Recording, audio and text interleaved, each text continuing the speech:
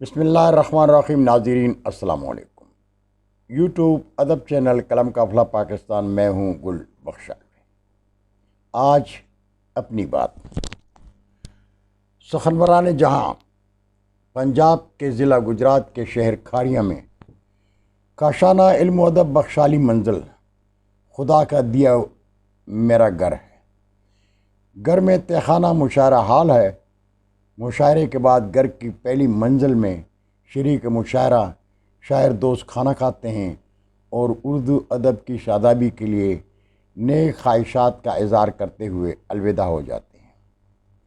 گھر کا مہمان خانہ میرا دفتر اور قلم قافلہ کا ادبی مرکز ہے، اور اس مرکز میں اردو ادب کی شادابی کے لیے سخنوران جہاں کی حوصلہ افزائی میں زندگی کا حسن گزشتہ 72 سال سے جی رہا ہوں۔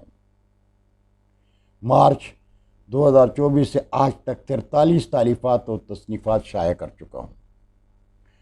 اپنی ہر تالیف اور تصنیف اشاعت کے بعد گھر کے مہمان خانے میں خود ہی پیک کرتا ہوں، خود ہی دوستوں کا پوسٹل ایڈریس لکھ کر خود ہی پوسٹ آفس جا کر پوسٹ کر دیتا ہوں۔ آج تک کوئی کتاب فروخت نہیں کی۔ کتاب دوستوں کو اعزازی ارسال کر دیا کرتا ہوں۔ قلم قافلہ کے زیر اہتمام 1984 میں پہلا غزل انتخاب شائع ہوا تو کھاریاں میں رونمائی کی تقریب کا اہتمام کیا۔ دوسری تقریب کا اہتمام ایبٹ آباد میں محترم سلطان سکون صاحب نے کیا تھا۔ 1984 سے 2024 تک کسی دوسری کتاب کی تقریب کا اہتمام کیا اور نہ ہی کسی ادبی دوست کو تقریب رونمائی کے لیے کہا، اس لیے کہ دنیا بھر میں قلم قافلہ کے چاہنے والوں کی تعداد میری سوچ سے بھی کہیں زیادہ ہے۔ کسی بھی کتاب کی اشاعت کی خبر فیس بک اور واٹس ایپ پر پوسٹ کرتا ہوں تو مبارکباد دینے والوں کی ایک لائن لگ جاتی ہے۔ میرے لیے اس سے بڑا اعزاز کیا ہو سکتا ہے؟